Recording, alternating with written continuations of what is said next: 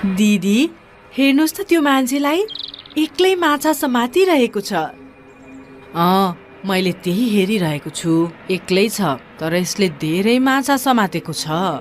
मलाई त त्यो माछा खानलाई कस्तो मन लागिरहेको छ दिदी। मलाई पनि माछा खान त मन भइरहेको छ। त्यसो भए के हामी पनि खोलामा गएर माछा मारौँ दिदी? बुद्धु, को गएर खोलामा माछा मारेर समय बर्बाद गर्छ?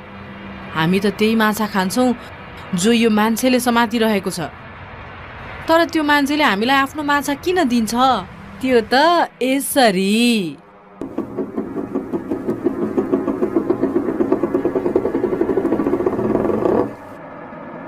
यति भनेर लेमलेमाकी ठुली बहिनीले आफ्नो रूप बदलिन्।